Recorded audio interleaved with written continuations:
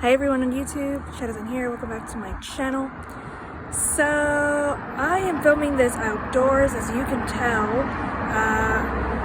I am starting off my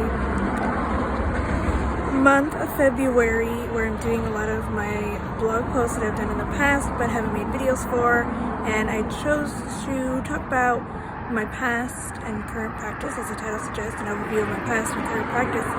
And I find this one to be an interesting topic to start with because my practice is currently changing, and even when I wrote this post, I am doing a lot of stuff that I mentioned in the post, but I'm also doing newer things in my practice. And I hope everybody can see me okay because the sun's like right in my eyes. Tried to fix that. Anyway. So in that post, I talk a lot about how when I first started, I started a lot with chakra work, meditation, visualization, grounding techniques, centering techniques. I did a lot of, what I didn't mention in that post, I did a lot of energy manipulation, making energy balls and, learning how to manipulate energy, sensing energy techniques. Like I'd hold my hand over a crystal or a plant of some sort and things of that nature, which still happen today. Like if I want to practice basic things again, I might do that. Or sometimes if I don't feel like I have the focus to make energy, I will use my hands to do so. Another thing that I talk about in that post is why I believe meditation is a really important skill to learn, because I believe that, and I've said this in that post, that if you can't meditate, I don't know how you can focus your intent and your will to help create what you're manifesting. And I also talk about in that post as well about in the past how I would get tired during rituals, so that's why I focused on grounding and centering techniques, which in my last couple of rituals that I did, that did happen, but that's mostly because I haven't been in a ritual space for a long time. Ritual has come and gone for me in my practice, but it's kind of something I've been feeling drawn to do again, although in my past practice it's been deity focused, where I'm devoting it to a specific deity.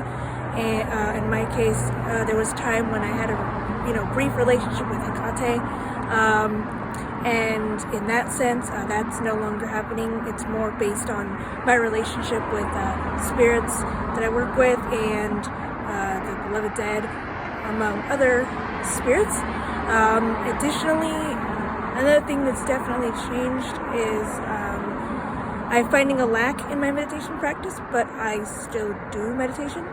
I realize that sounds counterintuitive, but I do different types of meditation is what I should say. Maybe I might do more meditations on a concept rather than guided meditations, because in the past I've been doing a lot of guided meditations and a lot of meditations on specific things like de-stressing and anxiety or something. I've done meditations on concepts like, for example, when I started working with the elements, as I mentioned in the post, I'd meditate on that element while working with an object associated with that element, so crystals for earth, or being out in the wind and meditating on air, as if on cue, the wind starts blowing. I also found that in my practice right now, other things of changing is I'm focusing less on chakra work. Not that the chakra work was a huge part of my practice, but when I began learning about meditation, chakra work was the biggest component of that, because that's what I learned through reading and research. I know chakras are specific to a lot of things, and I don't want to culturally appropriate that. I do it respectfully if I do work with chakras. And when I work with chakras, I was very respectful about that. I keep saying I'm sorry. In addition, I am using a lot more magic in my everyday life, less away from the altar type things. I do mention that in the post. I have done that in the past where I'm doing magic on every day, and that's one thing that hasn't really changed too much. I still do magic regularly and every day, whether that's me drinking coffee or as I'm brewing coffee, or creating something, writing something. That's huge as part of my magical practice because I see magic in the everyday. That's not changed.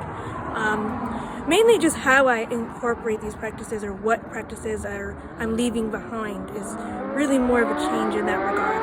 But sorry, cars, please ignore it. If you're wearing headphones, I apologize. I picked a bad time to record. Anyhow, yeah, the past practices, they're still there. I still do grounding, I still do visualization, and how I do visualization is pretty much the same, except I'm not holding on to an object to visualize. I'm just visualizing that object.